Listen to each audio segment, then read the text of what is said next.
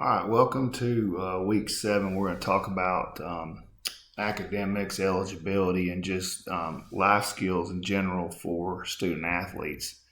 So, as most of you know, guys, because you're living it, there's a lot of challenges of being a student athlete. You're trying to balance athletics and academics.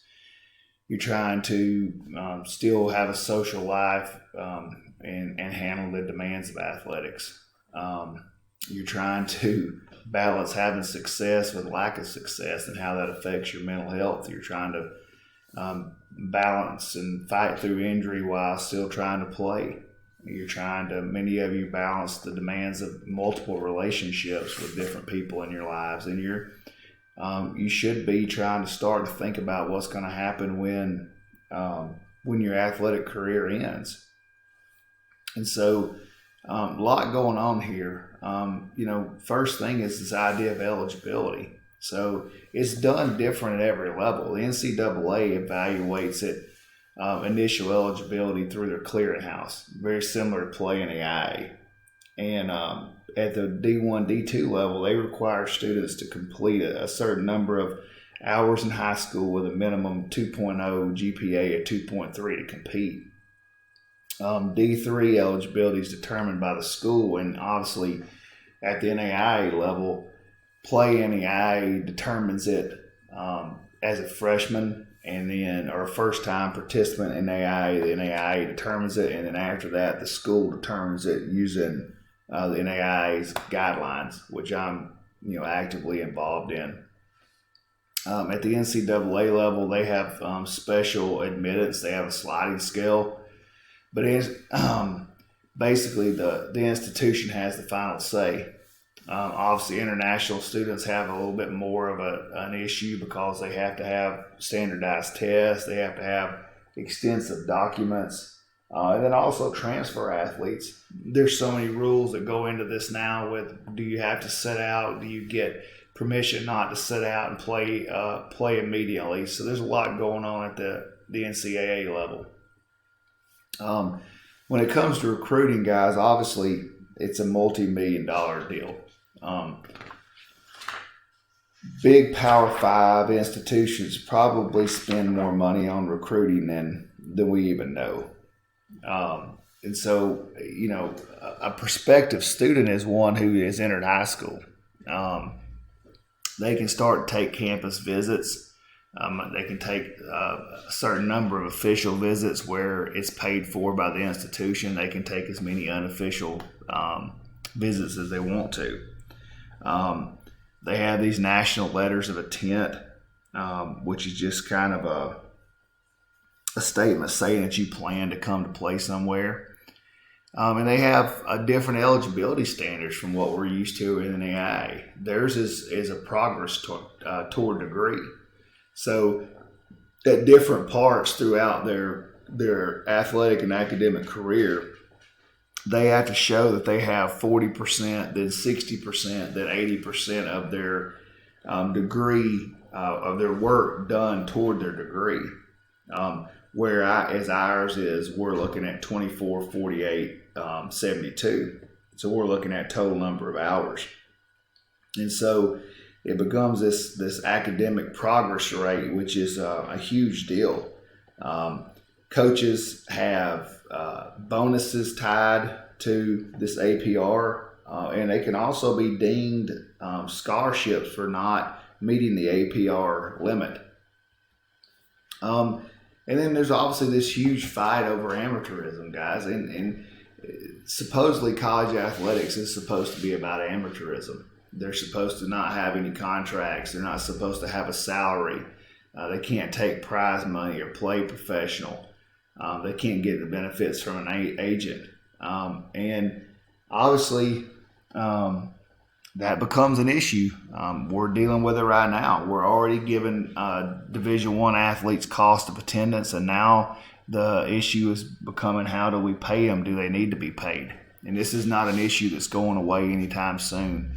You're going to get to kind of see this play out in the prime of your careers working.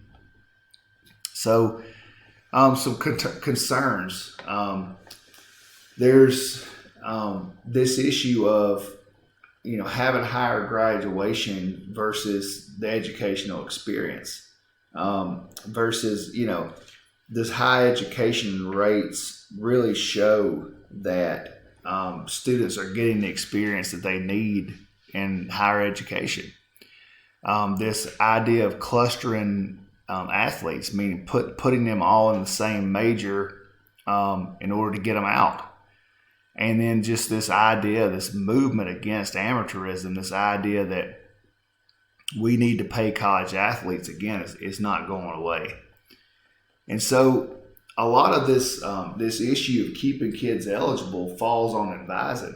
So obviously at Reinhardt, at small schools like Reinhardt, advising is handled by the professors, where at one time it was kind of handled in-house by coaches and by athletic support staff.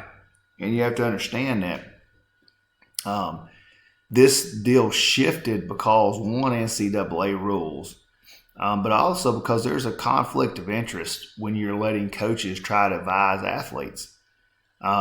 So while at our university, professors still do this, at large universities they have people who are hired just to be advisors, and that's all they do. They're professional advisors, and all they do basically is they all year long they keep up with where people need to be, what they need to be doing, and they keep them on track to graduate, and they're an independent person.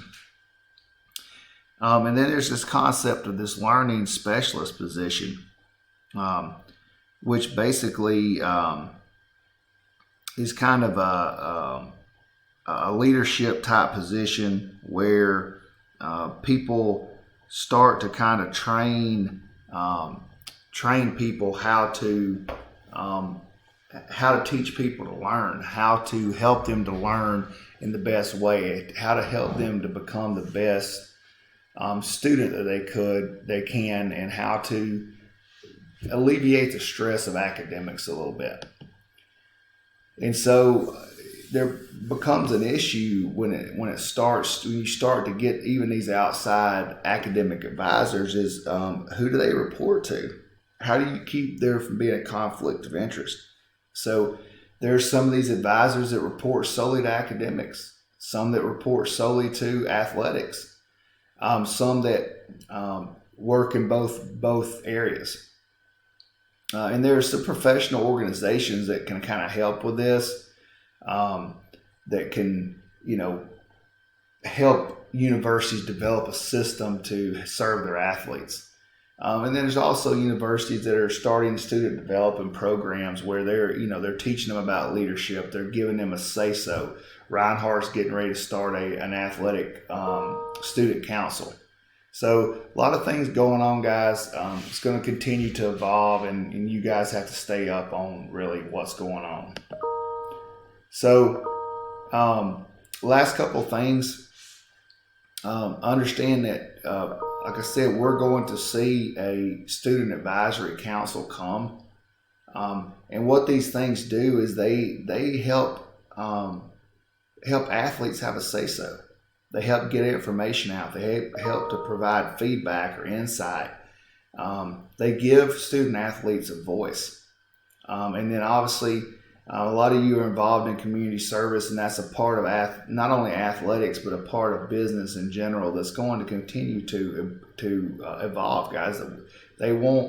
People want to hire people who serve others, and that's why you see this push on college campuses for this to happen.